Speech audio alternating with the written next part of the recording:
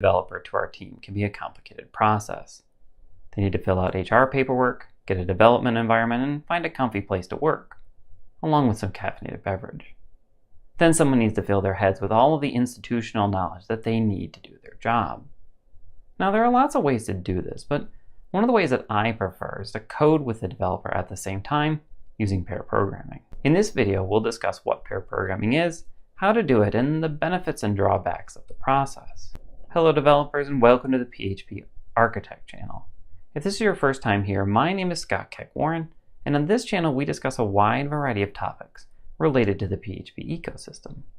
Make sure you subscribe so you can get our latest videos when they're published, and make sure you follow me at Scott Keck-Warren on php.social. Pair programming is a technique to develop software where two or more programmers work together on a shared code base at the same time.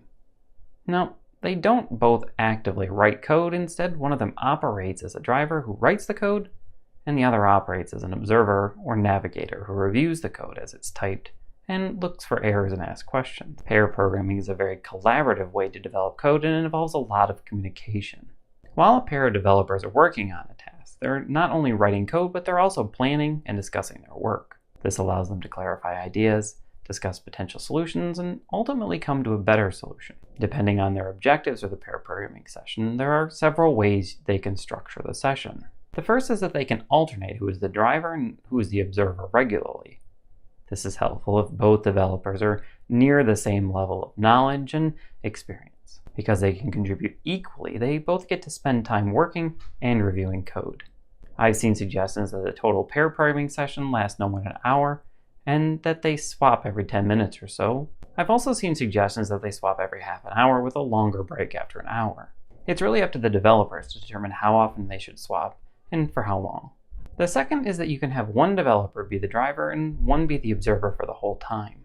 This is helpful if there is a knowledge gap between the two developers, like when a new developer joins the team. This allows the driver to create meaningful code while the observer can focus on learning, taking notes, and asking questions. As the new developer becomes more knowledgeable, they can take on more and more driver responsibilities. When starting a pair programming session, make sure you start with a well-defined task, then agree on one tiny goal to tackle at a time. This can be defined by a goal commit message or a unit test. Continue picking small goals until the task is completed. Then once the task is completed, determine if you should pick up another task or conclude the pair programming session. Pair programming can either be done in person or remotely. Let's discuss how that works in each case. During in-person pair programming, the two programmers share a single development environment in close physical proximity. This can mean that they use a single computer and share a keyboard, monitor, and mouse, or they can each have their own input devices. This method of pair programming has the pros that you don't have to have software to share the code between two users. The downside to this method is it requires a good deal of space. You need to have enough room so two developers can comfortably see a monitor at the same time and swap between them. I've done this in a conference room with the IDE projected on the screen, so it was easier for everyone to read. During remote pair programming, the two developers share a single development environment, with each developer in a different location.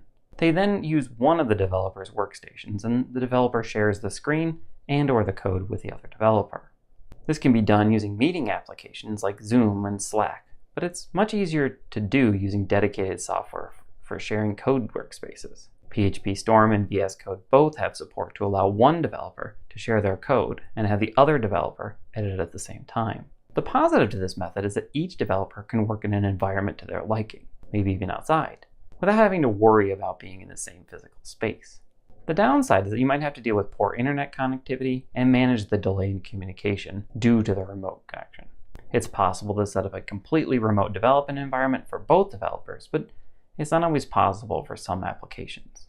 My best suggestion for remote pair programming is to make sure that you're in a quiet spot and have an excellent headset.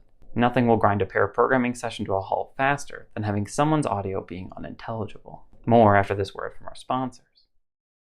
When you're in production, 1,000 things can go wrong. You could deploy a bug in your latest release. Your background jobs can silently fail. Someone could trip over the network cable at your data center, and this all comes back to you. You need to know when bad things happen and be able to respond to them quickly. That's why we built Honeybadger. It's easy to install Honeybadger in your back-end applications and front-end JavaScript. It only takes a few minutes of configuration and you'll have monitoring done. That's because we hook into popular web frameworks, job systems, and the browser, so that when any of them crash, we can automatically let you know. We ping your application from our global fleet of servers to let you know about problems with connectivity, latency, and SSL certificates, and we monitor your recurring jobs to see if any of them stop recurring.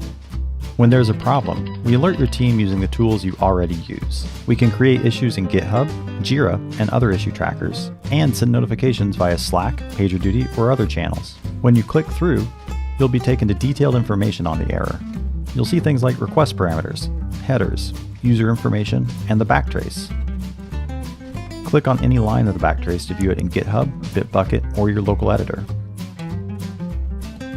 When you fix a problem, just mark it resolved and follow up with the affected user. That's Honeybadger.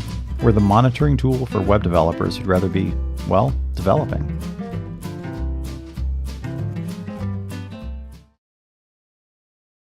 There are numerous benefits to pair programming. As someone who manages developers at different skill and knowledge levels, the biggest benefit is knowledge transfer.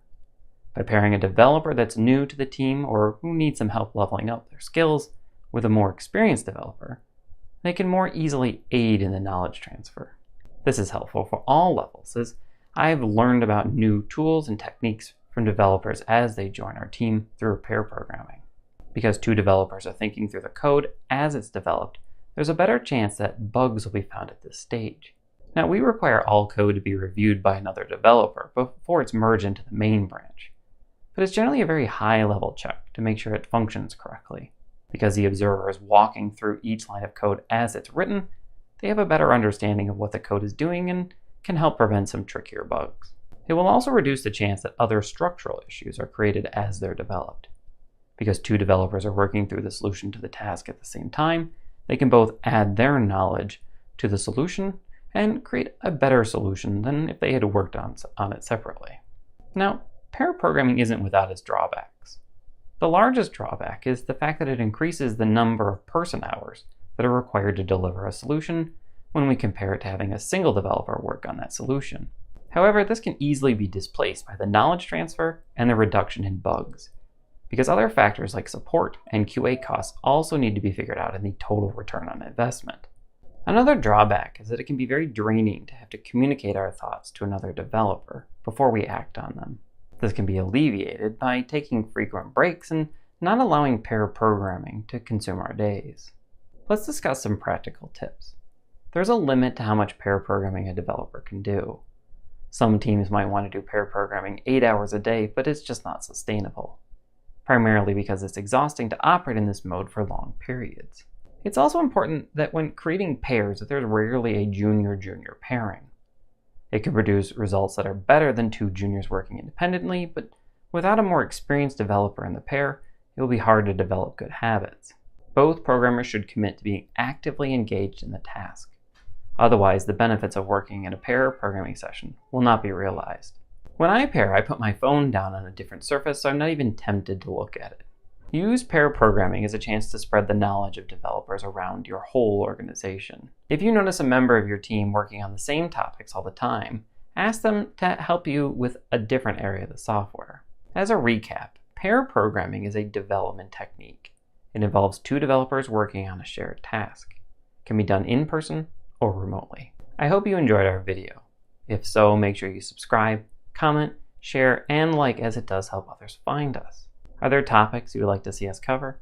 Let us know in the comments below or send me a message on phpc.social @ScottKeckWarren. We would love to hear how we can help you, and it always brightens my day when I hear from a fan. This is Scott Keck-Warren for the PHP Architect channel signing off and reminding you to keep watching, keep coding, and keep reading.